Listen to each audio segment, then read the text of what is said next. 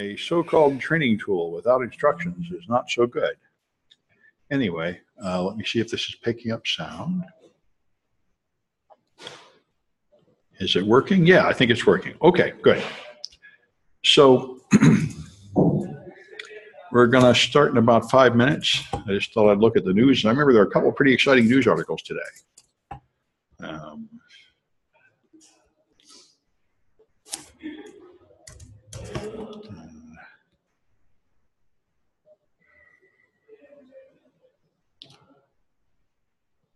This one's pretty good.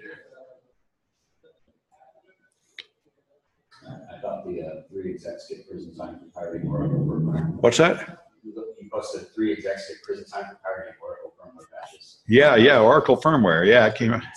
Yeah, it's kind of nuts. They're like updates. I guess they charge for the updates and restrict them, and you can make money selling them, which is kind of nuts. It's yeah, this one's worth mentioning. Anyway, so here's a few things that are kind of useful. So Dan Kaminsky, Dan Good, is a journalist who was at the Register, and then he went to Ars Technica, and he took these classes here from me, and then he got sued. He published an article about keeper security, that they had some kind of security flaw, and they chose to sue him to make him take down the article. And that got thrown out of court. And I've mentioned this before, but if you're going to be in this business, you have to have a lawyer.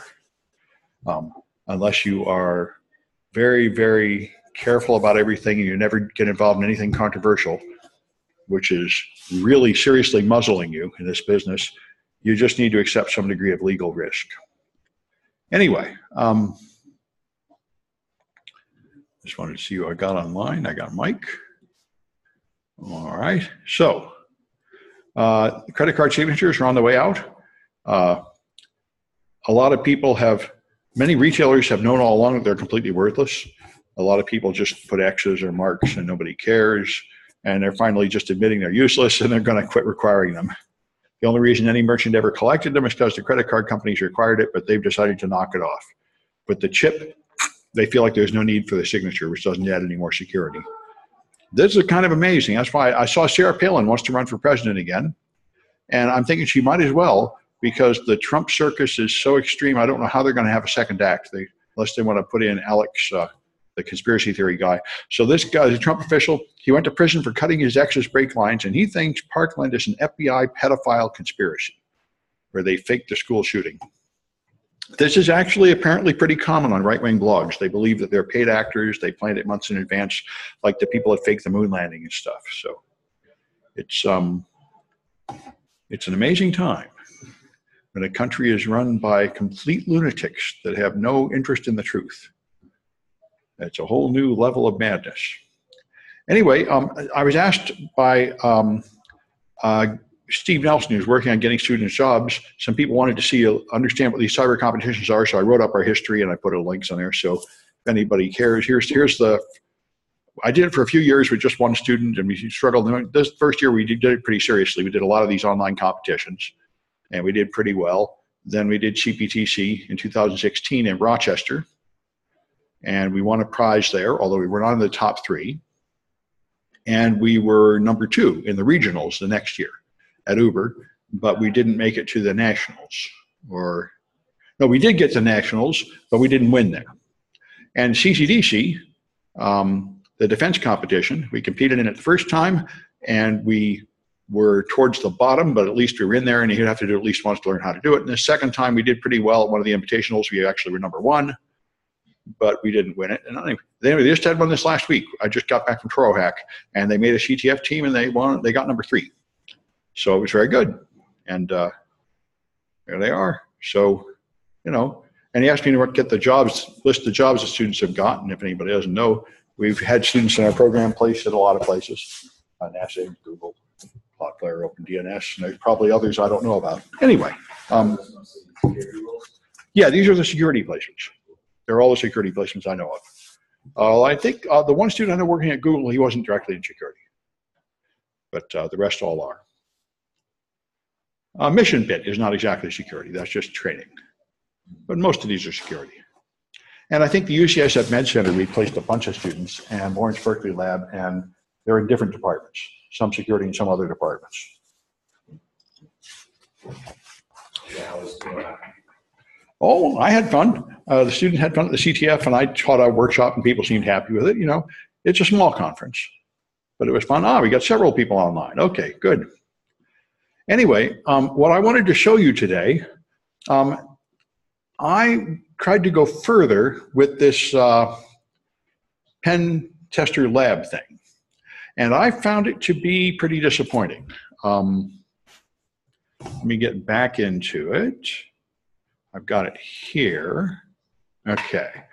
What I found, here we are. So there's these badges. Now I didn't do, let me try to find the badges. Here we are. Okay. The introduction badge and the essential badge, I didn't do them, so I don't know. I did the white badge, and that was very good. There were about 6 challenges. They were very educational. Then I tried to do the intercept badge, and here there are no videos. The instructions just totally don't work. And I just tried, it doesn't work, and then I'm stuck. So that's not much use. And the serialization badge looks like more of the same. So it seems to me like I'm afraid everything above this level looks like it's just in a beta test version, not actually useful, as far as I can tell. So what I did was I went back to the boot camp, which I found someplace on here, and it recommended that you go back and do these exploit exercises, which are kind of like the Bandit CTF. And I started doing these, and these are very good. So if you get fed up with Pen Tester Pro, although I know you said you're doing the basic stuff, right? The one before that, but he said there's no instructions there, which disappoints me. Yeah, okay. Well, that's good. Anyway, so the white badge I recommend. White badge I found very useful here. The rest of it I'm not so sure about. Or maybe the Unix and the Essential are good. I have not tried them.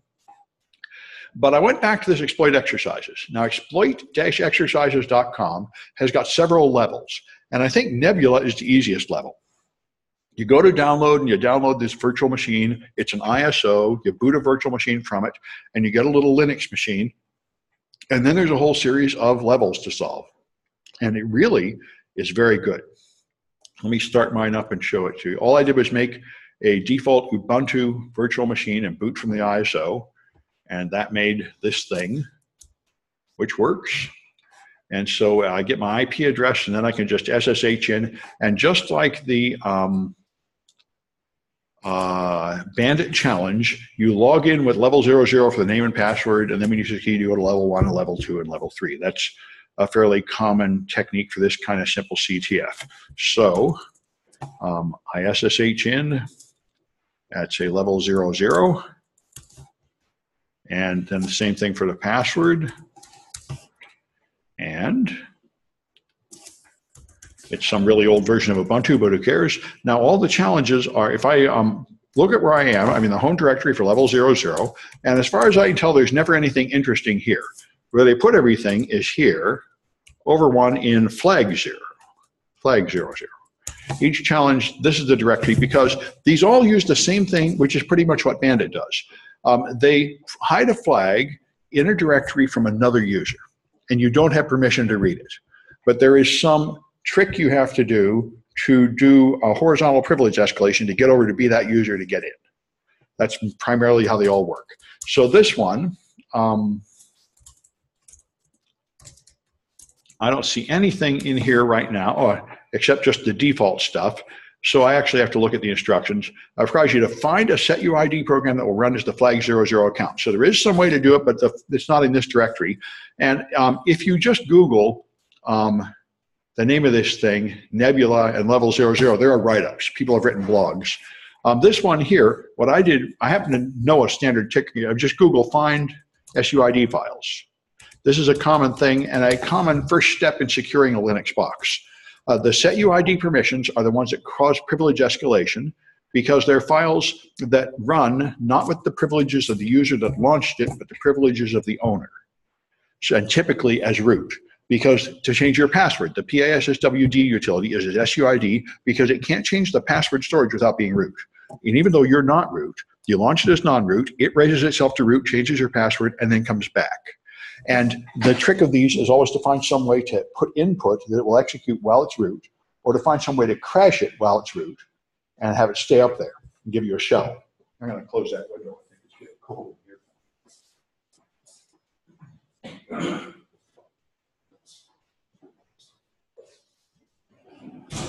Anyway, so there are, of course, many ways to solve it, but this is the one I liked.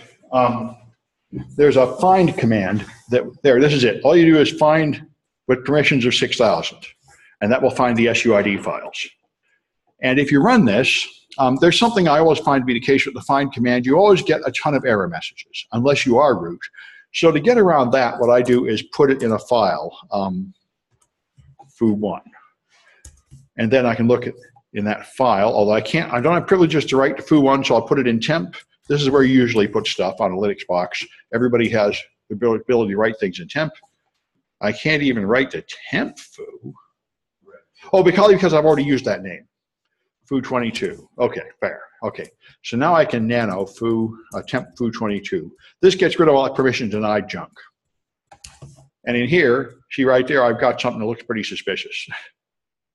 And this is another trick. A lot of hackers like to hide things under a directory called ... If you look in a folder, dot is the current directory, ... is the parent directory. This has no special meaning, but it is hidden. And a lot of directories will not show it. So actually on the real internet, there's real malware hidden in directories like this. So that's suspicious, and that's what they said, look for suspicious things. There's a program there named flag. And one thing I thought was kind of funny is there's another one down here.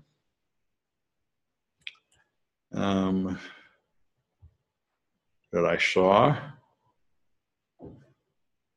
eventually. Yep, there it is again. Rofs.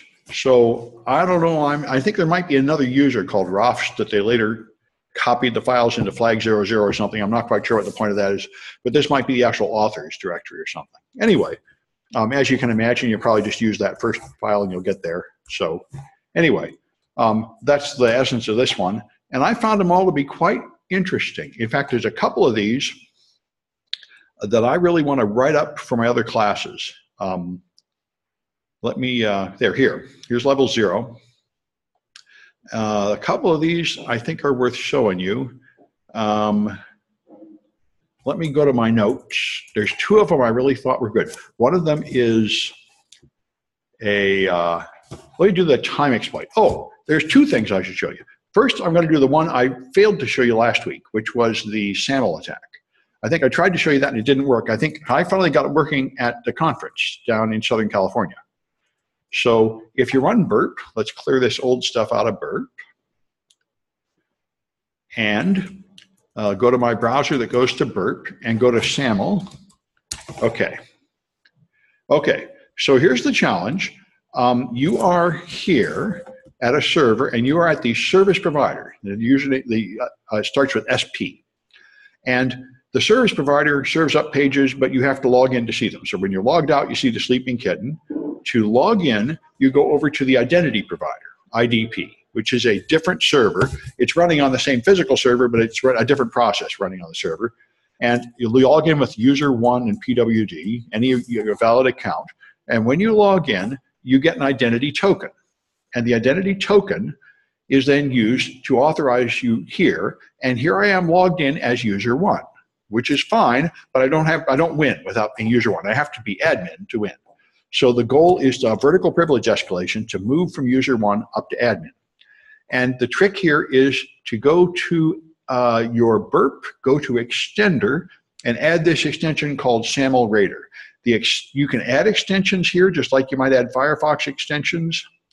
And there's a way to see the store someplace. I don't know why I'm not seeing it. There's the BAP store.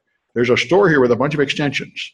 These are, of course, written by third-party people. I don't suppose they're particularly secure or bug-free or anything, but some of them are great, and SAML Raider is really nice. So I added SAML Raider to my burp, and now what happens is some of these lines turn purple, which means SAML Raider has detected SAML data in them. So here is a post which went to the SP. This is the one that went to my server side. This is part of how I logged in. So I logged in and the service provider gave me a token. But the interesting part here is this. Now remember, in the real web, you have service providers that might be amateurs that put up a game or some kind of site, and then they send you to something else like Facebook to log in. That's the identity provider. So the common situation on the web is that the service provider is written by people who are not very advanced, don't have much money. And the identity provider is often a big company that hopefully really knows what they're doing, like Facebook or Google or Twitter. So you're probably not going to hack into the identity provider very easily. And this is very much like the real world. If you're underage and you want to go into a bar, you get a driver's license, you get a fake driver's license. Now you could somehow compromise the real DMV and get a fake license from them, but that would be really hard. What's a lot easier is to make something that looks kind of like a license but isn't a real license, which will fool the guy at the bar who is an amateur. And so that's what we're going to do here. Rather than try to get different credentials from the identity provider, we're just going to forge the credentials so they appear to be different at the service provider. And so if you go to the request that went to the service provider, you can see how it works here in the SAMLOL Radar tab. So let me give myself as much room as possible because your burp will actually look better. Mine is adjusted to have really big fonts for recording and transmitting over the internet, and that makes it real hard to fit all these panes on it. But down here at the bottom, see, here's what you actually see in the raw response. I'm posting something to the server, and it has this thing called a SAML response. That is my ID card. And it is a really long blob of base64 encoded stuff.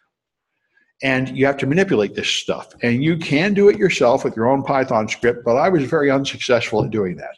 That's why I'm a fan of SAML Radar. SAML Radar does it for you. It unpacks that blob and puts it down here, and here it all is in its unpacked form. It is an XML document, and I can zoom it up for you in the room, although the people on the internet are pretty much hosed. Let me see if I can do it by hand as an example, and maybe I can, if I get the base64. One great thing about base64 is even if I don't get it all, it will still decode. Every 4 characters here will turn into 3 bytes of data, and if I make some kind of mistake, it won't. So I'm going to copy that. What would happen if I send it to the decoder? Let's see if Burp can do it. As I remember, I got kind of hosed here, but let's try Smart Decode, which would turn the pluses and equals back into something good, and then decode is base64. Okay, so here you can see it somewhat better. See, it's XML, starts with an XML namespace statement, and then it has more and more statements. And I can actually copy this and put it in a text editor where I can make it bigger. And I can even now go here and copy a carriage return, and I can replace all greater than signs with carriage returns, and that will make it a lot easier to read. All right, so there, that should be relatively readable. So what happens here is you've got some XML heading statements that determine the version of XML you're using and such.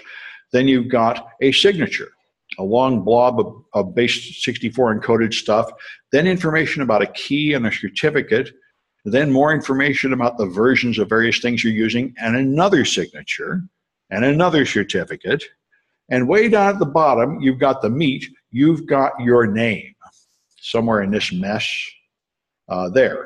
There's my email address, user1@test.com. Here's my name, user1. So this is what you would regard as the meat of it. The purpose of this is to make the security assertion, I am user1, and I have proven it. So the task of the service provider is to take this ID card, and what they're supposed to do is use a bunch of API calls or libraries to verify these signatures.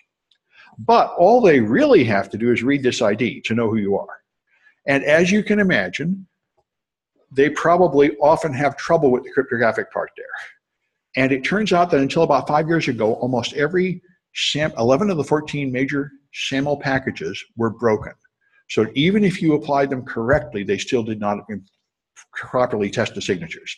Now they've been patched, which means if you do everything right, they won't fall for anything. But anyway, that's what SAML Radar does, is it does the attacks that killed those 11. So if I want to try fooling it, I just want to play with this. Now, to do it right, you can modify it here in SAML Radar, but you can't do it in the History tab. You can't modify anything in the History tab, which is why all this stuff is grayed out. If you want to modify stuff, you have to capture it in you send it to the repeater for very simple tasks, like what we've done in some of our other challenges. But in this case, you're going to have, there's an anti-CSRF token. So each request has a unique identifier, and you cannot replay the request, which is the way things ought to be anyway. So you have to log out. Now get ready to log in again, put in user 1 and password, because in order to get past this, I'm going to need a valid account. It doesn't have to be an administrator account, but I need some kind of account because I want to get a valid token to start with. So now I'm going to turn on intercept and log in. Burp intercepts it. This one, SAML Radar is not understanding this one, so I'm just going to forward it. This is the one that SAML Radar understands with that SAML response in it. So now I can modify it before it goes. Oops, I hit the wrong button, so I'm going to have to do it again. All right, let me log out, log in, user 1, PWD, and before I log in, intercept, log in, forward this one. Okay, this one I want to modify. So what I'm going to do, I'm already down at the bottom. Here's my user 1. I can just take user 1 away and put in admin. Now, this is like taking somebody else's driver's license, whiting it out, and putting your name on it. We'll see if they're stupid enough to fall for that. I turn intercept off, and what I get is an exception saying reference validation failed. So the ASAP is not stupid enough to fall for that attack. It did look at the signature and saw the signature is not valid for that user. So it's not this dumb. So we got to try something else. So let's log out and get ready to log in again. I'm going to log it as user 1, and now I'm going to intercept this and forward this. Okay, what I'm going to do now is I'm not going to change the user at all. I'm just going to remove the signature. And here what I'm looking for is a fail open attack. This tells me message signature removed. So let's just go on now and see what happens. And what happens is it accepts my login. So this is fairly common. It has some kind of code that says, check something about the signature. If that matches something, it's okay. But they forgot, what if it doesn't exist? That creates something like an error condition, which is misunderstood as okay instead of correctly understood as wrong. So since I can get in with no signature, that makes it pretty obvious what the solution is. I need to log out and intercept again and log in like this and forward this one, and on the next one remove the signature, and now I can probably change the name to anything I want, like admin, and turn off intercept, and now I win. So that's the point, and there's a winner's board and all that jazz. See who's on the winner's page. It's been up for a few days, so I haven't shown it yet. Only a few people, but a couple of my students are there. Anyway, so that's one form of SAML forgery. There's like a dozen different ways to do it. And anyway, I was happy with that one. It's pretty easy to do. It was much harder to set up. Anyway, that's one thing. The next one that I'm probably going to write up is this timing attack. I was very pleased to see how this works. I thought timing attacks were pretty extravagant, but it turns out they're not that hard. So this I got from Nebula. It's the highest level I've done so far, which I guess is, yeah, level 10. So let's go look at level 10 here. Okay, level 10 is a set UID binary at flag 10 binary will upload any file given. So let me just go there and then we'll look at the code. So I log out of here and I log in as level 10. Level 10. Okay, and then I usually look in this directory, but I never find anything too important there. And one of these I actually found, yeah, here I found a sort of profile file, which I thought might be a history file, which I thought might be important, but it wasn't, I think. So I'm just going to go to /flag10. And here I've got an executable file called flag10 and a token that I'm not allowed to read. It's owned by flag10 and person in the group flag10, and I'm level 10 in the group level 10. So I don't have permissions to do anything with this flag. And level 10, I'm in the same group, so I'm allowed to read and execute it. But it has SUID permissions here.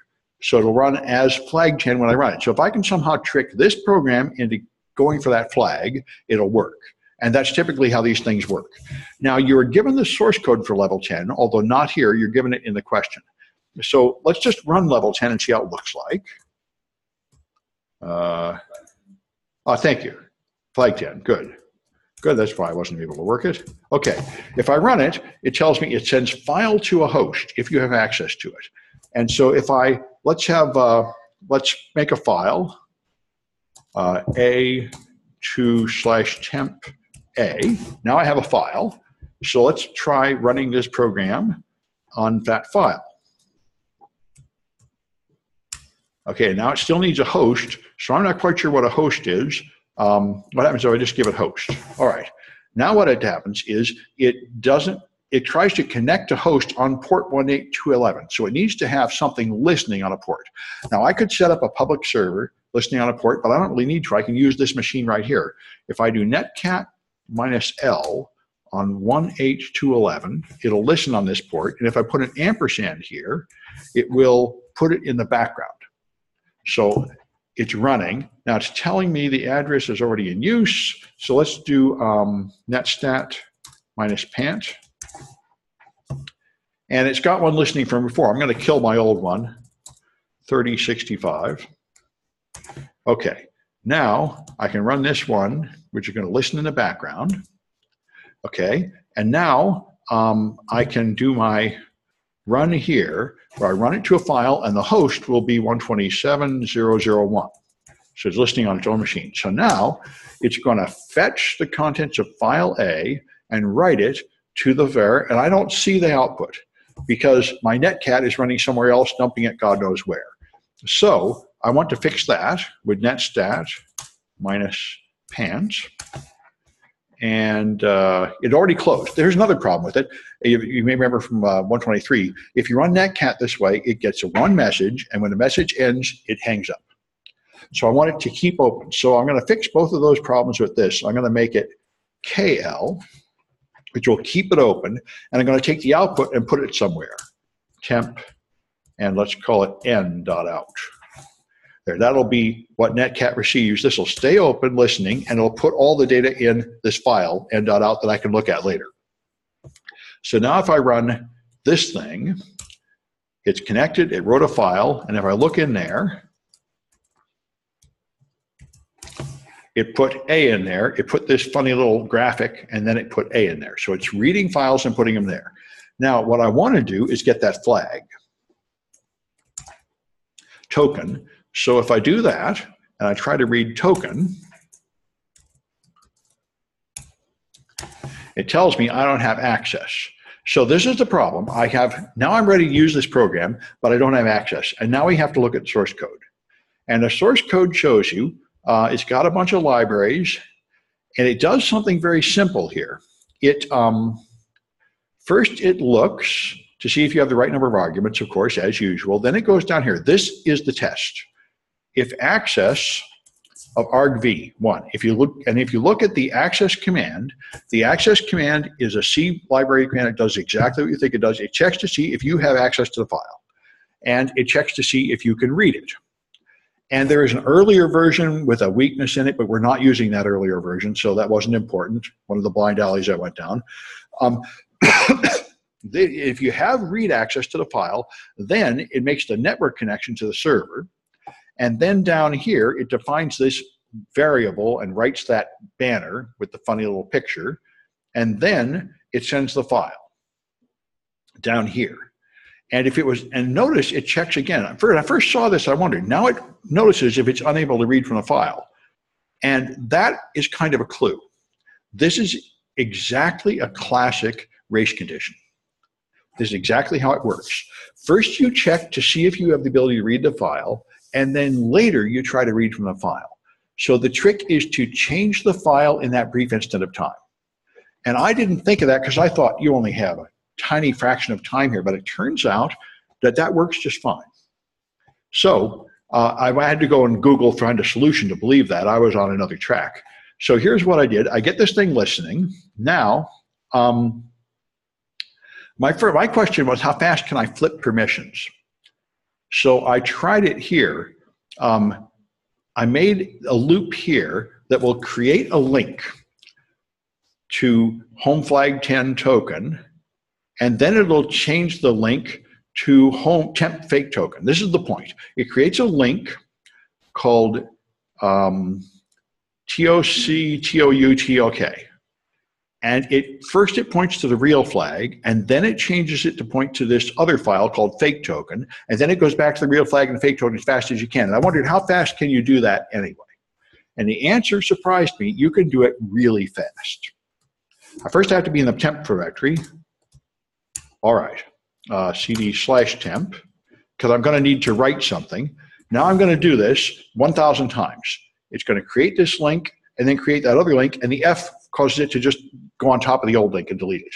So if I do that, now I count 1, 2, 3. In 3 seconds, it can do 1,000 flips back and forth.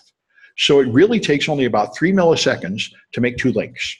So if it will remain vulnerable for a millisecond, I have a high chance of getting it.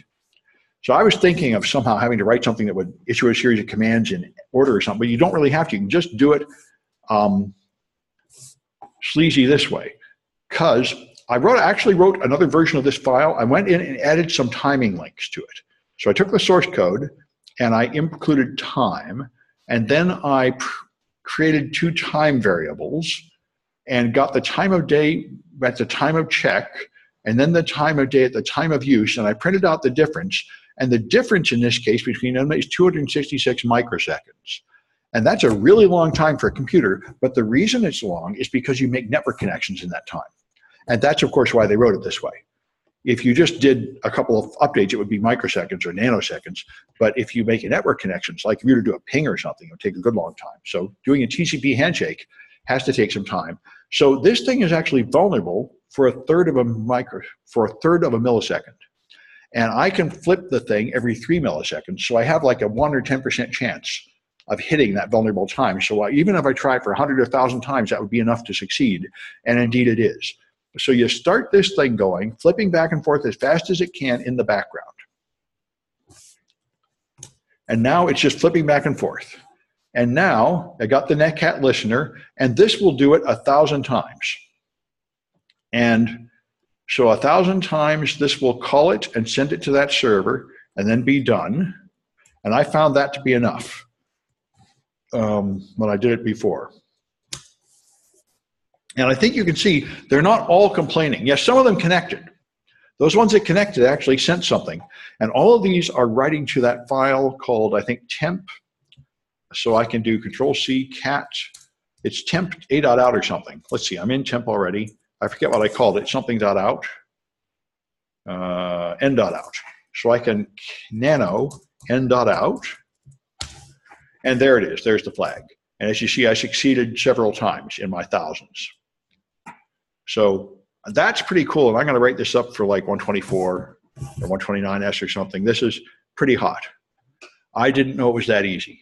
And I'll have the whole thing where you measure the time interval and stuff, because I think that's educational. Now I've got this junk happening in the background. Netstat minus pant could help me get rid of it. Restarting the whole machine is another way. But see, I got all these connections to 182.11. Let's try PS aux pipe grep netcat. There. Here's my netcat. 13906. Kill 13906. There, things might be getting a little bit back to normal. The other thing that should be running is all those LNs. And I'm not sure I can find that one. PS aux pipe grep LN. That's terminated. Wait, is this, no? Yeah, see, it's still doing that in the background. And I'm not sure I can find the name of the file that does it. This is another thing you might want to get right about Linux. How do you find this thing I launched back here? While true, what does this, is this maybe on while? Let's try while. I don't know what it calls that. Nope. So rebooting the whole machine is how I stopped it before, but I'm sure there is a smarter way to find this. But it doesn't seem to be running as ln or as while. There's probably some way to see every process owned by me. Let's see, PS aux pipe more. The user, root. Okay, that was good. Good. So I am not root. So I should be able to, who am I? I am level 10. So let's try that. PS aux is every pipe on the machine. grep, who am I? That should give only the ones I launched. There we go. And here's, but it's not there. It's going on, but I don't know how to stop it. So this is another little puzzle, very much in the spirit of this thing. How do you find and stop that process? Oh, did I? No, thank you. Good. That's it. Good. Level 10. Good. Now that's better. I have SSH. Maybe it's this shell. It's probably this shell. Let's kill 25803. Good. Thank you. Maybe that stopped it. In fact, I can do top to see if I'm only 71% idle, 60% system, 0% idle. Boy, my machine is working really hard at what? Shell is still running, you're right. But now I can see the PID, 7556. You know, I probably have a bunch of other ones from me practicing. So let's kill 7556, good. That seems more productive than my grep stuff. It's just top. Let's kill 14467, okay. And now see if I'm down to mostly idle. 100% idle, okay. I finally stopped the big hogs. Okay, good, good. Well, that's one thing you learn here is more Linux administration. And I think there might be one more thing to show you here. There's there's a PHP vulnerability here that I thought was very interesting. Yeah, this one, which is level 9. And I'm going to have to add this to my 129S class because this one was good. So let's get in as that one. If I exit, and now I come in as level 9. And now log in as level 9. Got to spell it right, I guess. Okay, now if I go to the SAMLOL place flag 09, okay, here you have a PHP file and you have a binary file. And what goes on is the PHP file actually does the work. It has the source code, and the binary file is a wrapper that handles the permission stuff. So the right way to use this, which I had to look at a write-up to get straight, is to run this one, not that one. But you can look at this one to find out how it works. And that's actually what the other one is using. flag09.php. And this, get rid of the colors. Okay. What's going on here, this is some kind of function to sanitize data to get rid of the email addresses. So it's going to take emails, and if it finds something that looks like an email, it's going to change the dot into DOT and the @ into AT. I've seen this in a lot of web pages. They don't want harvesters stealing email addresses, so they modify it. But what's interesting is this is some kind of sanitization routine for things like posts going to a Facebook wall or something. So it does this replacement to fix the email, and down here it looks for this pattern. It's expecting data to have a bracket, then the word email in a space, then something it's going to interpret as an email, and then another bracket. It's going to replace that with something that comes from the spam function, which is this function up here. So there's 3 replaces. This replaces the email, and then it does something with less than and greater than signs. And then it returns the contents. And the interesting thing, which I didn't learn until I looked at the write-up, is this right here, /E. Now, I've used regular expressions a little bit, S/A/B, and I know that W will change every occurrence, but I didn't know what the E flag does, and the E flag is, in fact, famously dangerous. It's so dangerous, it was removed from PHP in later versions. The E flag executes the contents as if it was a command, which is not right at all here and fabulously dangerous, and that creates a command injection vulnerability where you can feed it data that contains commands and trick it into executing them. So it ends up being like the ping form and everything else that way. It just turns out to be a little hard to format the thing, and if you go to /temp, I've got some working exploits in my machine now. Yeah, if I cat L9A, L9A is just a harmless email to play with. So let's do that one, and I'll come back to L9B. So let me go to my home, level 10, level 9, that is. Okay, and now let's try running this thing like we did before. Wait, flag. I often make that mistake. Flag 9. Okay. There it is. So if I run flag 9, it tells me I need to have a file name cannot be empty. I need to add a file name. So let's give it this temp, and then it was L9A was my file. And then it complains, it works here. See, it gives me the output, a@b.com with the substitution, and it complains about something, and I don't know why, it wants another parameter. Give it another parameter, it quits complaining. So there is some other parameter, which doesn't seem to be used for anything, but I don't really care. So now I can do it. Now the point is, here's something useful to know about this. This thing I think was once a real CTF, and now it isn't. So what you often have to do is run this program called get flags. And when you run get flag, it will tell you you're on a targeted account, and that's all you get for victory. The first level, I was baffled. You find this thing, then you run get flag, and it says, you don't see a flag. And I said, well, where's the flag? I got to write it, and write up said, you're already done it. What do you mean I'm done? Okay, so victory is when you see this, and it says you're running on a target account. So that's what we need to do.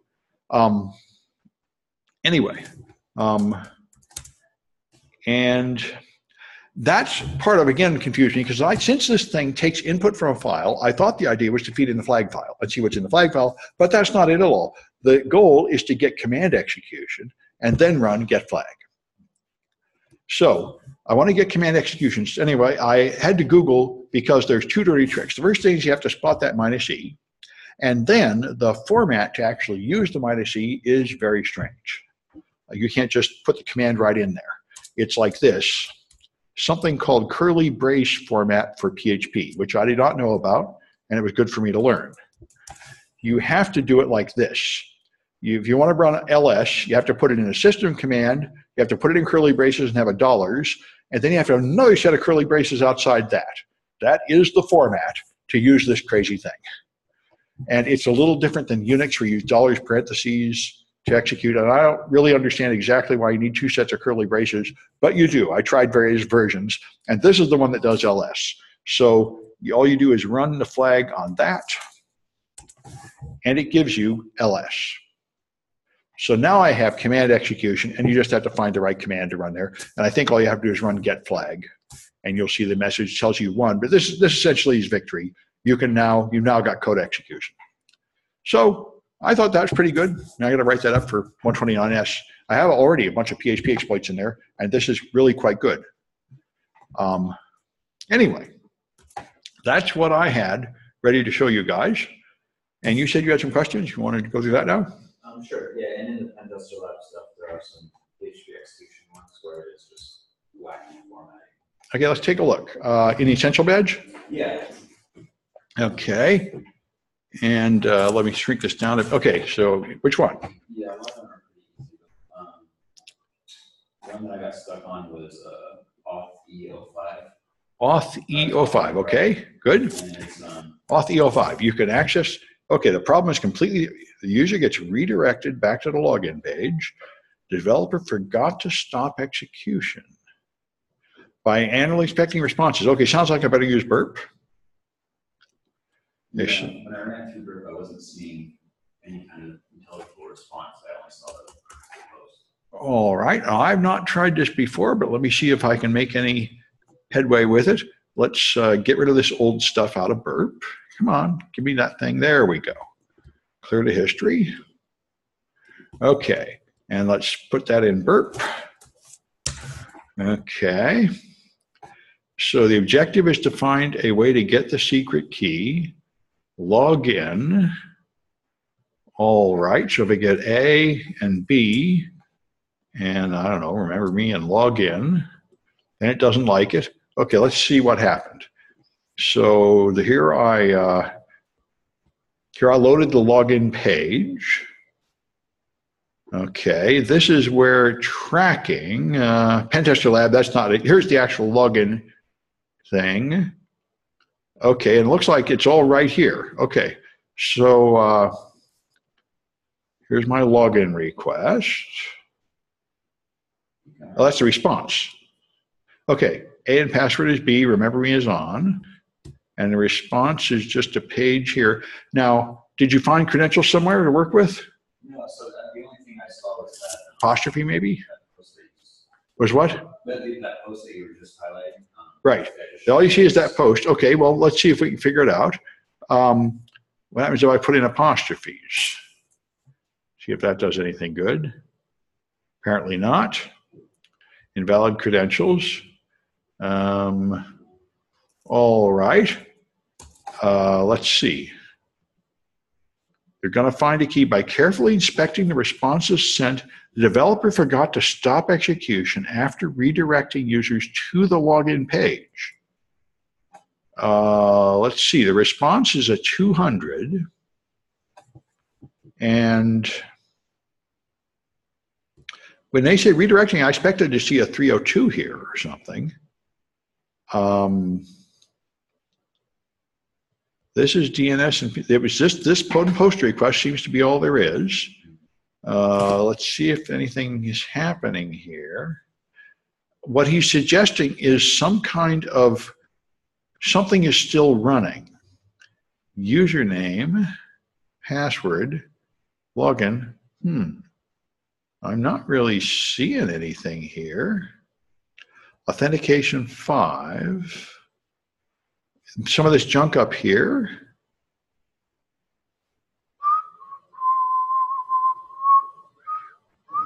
Am I supposed to see something by comparing this to the last one? Content length is not the same. That's actually a little strange. Let's compare these. If I send this one, send to comparer the response, and I send this one to the comparer. Wait, that was the get, that's why. Whoops, pardon me. Post is 1808, and the other post is 1808. So I don't know. Let's go to the comparer and remove this. I don't think there's any difference. Let's just send it to the comparer anyway. Send the response to the comparer and send this response to the comparer, but I'm not expecting a difference. Okay, both the same length. Let's compare them. And the time changes, but nothing else. So I'm not seeing anything there. They say the developer forgot to stop execution. Well, the way the user gets redirected back to the login page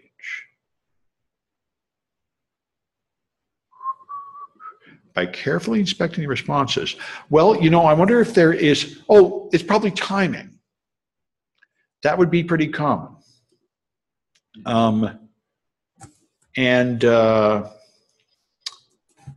To do timing, I need to somehow arrange a situation where I have a condition that's true and a condition that's false. What happens if I use star? Probably not going to work. Okay, what happens if I do apostrophe or 1 = 1 pound and then X down here? Let's save this. Okay, this is, if it's vulnerable to SQL injection, that'll be a condition that's true. Okay, I get an answer quickly. And if I make this false, wait, no, yes, much more slowly. Okay, now there's got to be some way to get this stupid thing to stop offering to save. Somewhere in preferences. There's some, I couldn't find it. Is there some way to get it? Forms, remember, stop remembering passwords. Auto-filling addresses. Let's see if that does it. Anyway, get rid of this one. All right, so I'm getting a feeling that it's timing. And this, false statements take longer than true statements. And if that's true, let's just see if that, so here's a true statement. 1, 2, 3, and it's back. Here's a false statement. 1, 2, 3, 4, 5. I think that's right. So let's get that. The easiest way to do this is to script it. So let's go to one of these that worked and get the raw request, which is really very simple. And it would be easy enough to script that. Let me just exit here and go to downloads. I don't know what this is, exploit exercise. Anyway, let's make a directory. What is, oh, this is pen tester. Okay, maybe there's a pen test. Nope, okay, make dir, pent, okay. Okay, so nano time1.py, okay. So it's gonna be import socket, s equals socket. This is stuff I just done enough times I got it memorized. Socket, and then s.connect to something on port 80, and then request equals, yeah, that's what I wanted to put in here. Yeah, that's a good request. Now I need the URL, and that is this, okay. So connect to that, and you don't send the login.php there, you send it down here. So that should now do the request. So let's do s.send request, and then print, and then r equals s.receive 1024 and print r. All right. And that should do it. Let's see if that works. Unless I fouled it up, which is entirely possible. That should, okay. Connect takes, oh, that's right, I remember this. Connect doesn't take 2 arguments, it takes 1 argument, which is a tuple, just to give you a headache. All right, so you have to do that. All right. Okay, good. It connected and it sent me the junk, but it was zipped. So we've been here before. I need to turn that off by not accepting zips. Okay, now it'll send me the answer in plain text. Okay, so it worked. And the interesting thing is login. Yeah, here's the login, which is kind of funny that I don't see the whole page, but I don't really think I care about that. Well, I'm a little bothered by the fact that I don't see the buttons or anything. Yeah, and on the page header.php, that's the only thing that appears is the login text. So maybe you got redirected. Well, I don't think so. This is the 1808. I think this is the same thing I saw in Burp, but it seemed like it looked different in Burp. Let's take a look. Here's the response. Pentester Lab. Oh, I guess that is it. Okay. How did I see this then? Username and password. I didn't see username and password in the wrong. Did I just miss it? Oh, down here it is. Username and password. But wait a minute. I didn't see that. Oh, I only printed the first 1024, and it's bigger than that. Okay, now I feel better. It's just bigger. There. Okay. What? S.receive, print R. Oh, you can only move 1,500 bytes in one packet, but this should be beyond that. Well, I might not really care too much, but I'm a little troubled by the fact I'm not seeing the whole thing. Anyway, I think the issue is timing. I'm going to press ahead at that. There's always issues not worth it. Okay, here's username and password. So I'm going to go here and end it. Okay, and now I'm going to call this request 1. And I'm going to make request equals request 1 plus, and the username is going to be apostrophe or 1 equals 1 pound, and then ampersand password equals X. That's what I used there. And I'm going to do, I need time, so I need to import time. Okay, and I want to time things. So I'm going to do T0. It's just like the last one I was doing. T0 equals time. S.send request. Print. No, just get the receive. Don't print it, because printing it will be slow. There, get it. Now set T1 equals time. And now print, the request itself is not interesting, just the time is. Print time. Let's print the, all right, I'm going to do this. I'm going to make, okay. Request 2 is going to be this other stuff. That's what I'm going to print out. So this is what I sent there. Request 1 plus request 2 there. Okay. And now I can print T1 minus T0 and request 2 there. And let's see how that looks.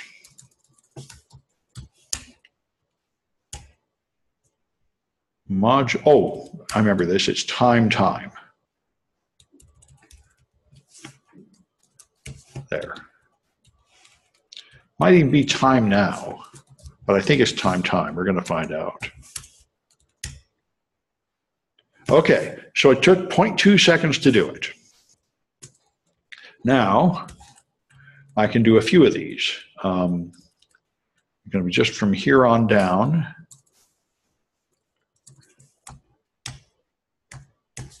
Okay.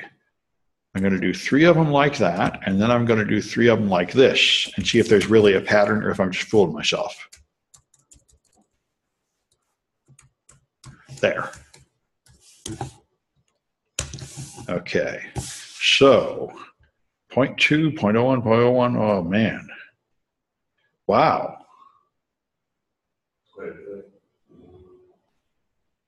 Well, it seems to be much faster for false statements than true statements, or else I made some kind of mistake in my syntax. Let's print the actual responses too, because I'm suspecting the second one is just giving me a 404. So let's print, in addition to that, let's print the first bit of the request, like to the first 60 characters maybe. There. I need that for this one, and for one of these, like the last one would be fine. There, let's see, because I think when it's that fast, I think it's probably some kind of error. I didn't print anything. All right, what's the deal here? R is S received. Print request to R for 60 characters. And let's just take that whole line, put it here.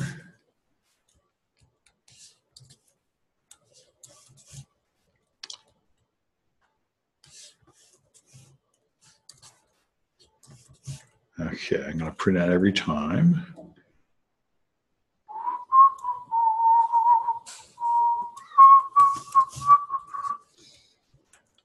Okay, and yeah, it should be right.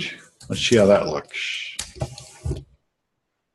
Okay, this one gave me a 200, and all the rest don't give me 200. I think I've done something wrong. Perhaps by, connection close. Okay, this is what determines whether you need to make a new connection to do the next one. There's connection keep open and all that. So if I change this to keep open, that might fix it. But another simple solution is to just close and reopen it every time, which I guess I'll try that. So after I sent it and got the reply, I should s.close and then do that. Put that after every print. And I'm almost ready to say I should have made a loop, but I'm not quite there yet. This is all just a proof of concept, because I could be on the wrong track. It might not be timing at all, so it's not really worth doing anything or takes any thought or anything until some of this works.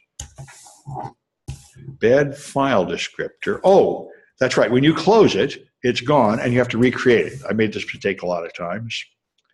So when I close S, it's gone. And I need to start all over s.socket socket.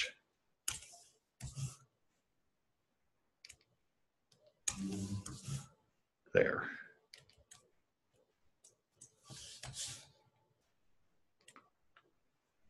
I don't need this one anymore because there's no more after that. Oh, there is more after that. Okay, fine. I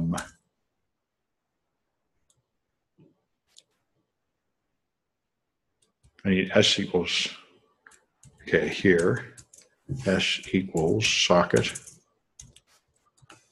socket, there. And I don't need this stuff at the end. There. Let's try that. Okay, good. Now I got 200 okay. 0.2, 0.2, 0.2, good. Now something bad happened in the next one. It crashed. Bad file descriptor, okay. So I filed up something. The first three worked. So I create the socket, I connect, I make the request. Let's get rid of all this extra, okay. Make this stuff stick together. Okay, then I print the results, then I close. Now I just want to see the same pattern. I make the socket, I connect, I make the request, print the junk. Ah, I'm out of order. Then I close, then I don't create the new one until after that. Okay, that's what I did wrong. My copying and pasting across multiple screens got disorganized. There, now I connect. I create the socket, I connect, I send the junk, I receive the junk, and then I close. This one I create, connect. This one looks right. Right. Here I create it, I connect, send the junk, and then close. Okay, now it might be better. Aha! Okay. So now I can say there is no difference. So I'm on the wrong track. It's all the same, 0.25. Doesn't matter if this is true or false, so I'm getting nowhere. The next thing would be, I wonder if like a long password makes it take longer or something. I'm not having any brilliance, so let's see. I think I don't need so many of these. There's not that much variation. So let's just nuke all this.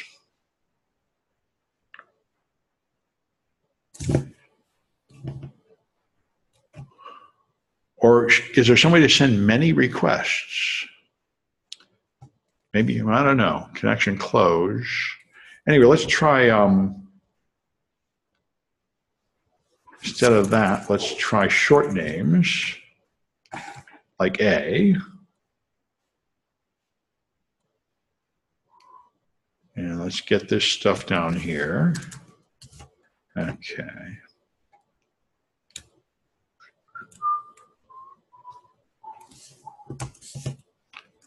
Okay, I just want to get this all organized. There, that's one request.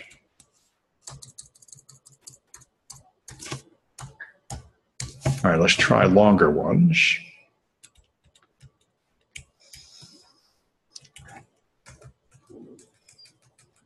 And my first thought was that this shouldn't require any complicated scripting because this is like the 5th challenge on the essential badge. Oh, so I shouldn't even need to do any of this. Possibly. There's probably something simpler. That's why I'm just doing everything for.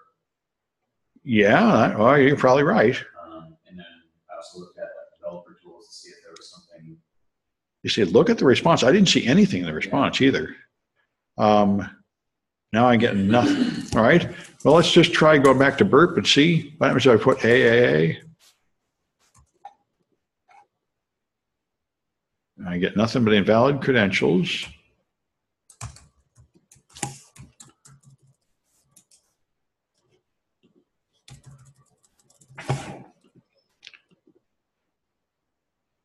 Okay, they say something is still running. Is there something in the source code? And the previous one, I mean, they say it's a totally different problem, but the previous exercises were like my SQL not filtering spaces out of usernames, so you could log in as admin with like space admin, and you would take it as admin. So I was just throwing stuff with tons of space. Why did that matter? Space admin? Yeah, I'm not seeing any clue here. But why does it was like registering a new user? That was like, oh, you can register a new user as space admin, and it would interpret that as the real admin. Yeah. Oh, okay. Okay. So I tried throwing spaces up at it. Yeah, let's see. Script sources here. Maybe we should look at the script. Yeah, I was looking at that, and I thought it was more of a just generic. Oh, it's tracking. Yeah, tracking. Yeah, and I can't even view the source. So, they apparently think there's something simple in this response, and I'm really not seeing anything in that response. So this is where maybe it's a broken challenge. Well, it's probably something right in front of us that we just don't know enough to see. This is why they should have instructions. So this is where you hope somebody ignored their rules and posted the instructions. Usually somebody will have essential authentication 5. Let's see if somebody put it right up. Because I don't know. That's why they should have instructions. I don't know why they call it a training product and then they don't give you any training. And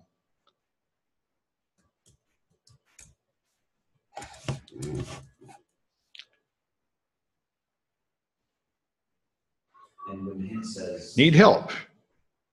Yeah, there's a hint. Well, when the initial instruction hint says the developer stopped to kill the process in the background, is the process just the database lookup to see if there's the user? Oh, wait, here's something. Oh, there's a course. Ah, no, well, this is where there would be information usually. The developer forgot to stop the execution after redirecting users by carefully inspecting the responses. Yeah, I need help. That's what I thought. The help is useless. Yeah, that's why. That's why I got fed up with these guys. Yeah, I don't understand. This is not my idea of education. To just give you something you can't solve and leave you stuck. There should be some kind of help available. Maybe, but that's why I think what's going on here is this thing is a hands-on course with an instructor somewhere like India, and they think we're in that class. And they just have casually attempted to make it available online for other people without actually considering that they might need help. That's kind of what it seems like to me. Because I saw like 500 people have solved the ones I'm at where the instructions just totally doesn't work and there's no video, there's no nothing. And I don't think I'm an idiot. I think they must be taking a class somewhere with an instructor showing them how to do it, which we don't have access to. But anyway, it's somebody should have posted instructions by now, and I bet they have. Pen test your lab.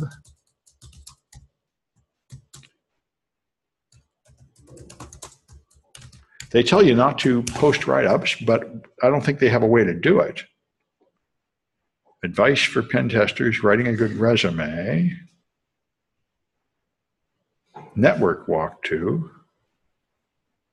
That's Joe McCrae. Yeah, maybe I can't find it. Is there some key word in it? How about this? How about finding anybody that refers to that?